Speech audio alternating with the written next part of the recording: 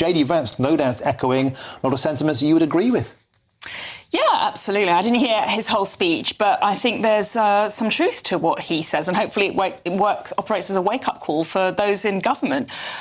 We've been talking about welfare this week. We are spending £65 billion on sickness benefits. That sum is set to increase to £100 billion by the end of the decade. We can't go on like that. And if you look at the immigration feature of this challenge, we are overwhelmingly dominated in our immigration system by low-wage, low-skill migrants who are actually costing the British taxpayer. So we are, too many employers in our country have become complacent and reliant on cheap foreign labour. That's harming productivity, that's suppressing wages, and it's costing us in terms of our public spending.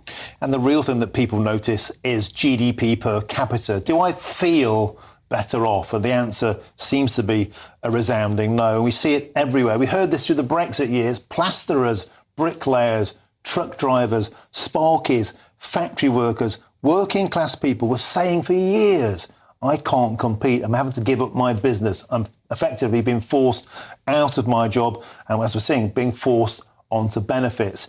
This isn't new, but it's taking JD Vance to talk about it.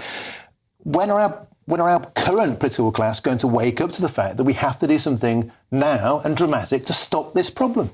Well, I hope that JD Vance will succeed where I failed. As Home Secretary, I had exactly this debate within government.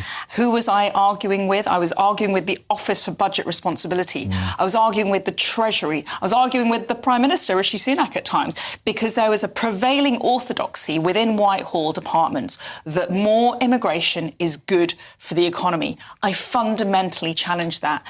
For the decade of mass immigration, our GDP has been sluggish. And as you point out, Martin, our GDP per capita has been falling. So on any economic metric, I would seriously challenge the view that more immigration is good for the economy. But, that argument, unfortunately, fell on deaf ears within the Treasury and the Office for Budget Responsibility. Thank you, Suella.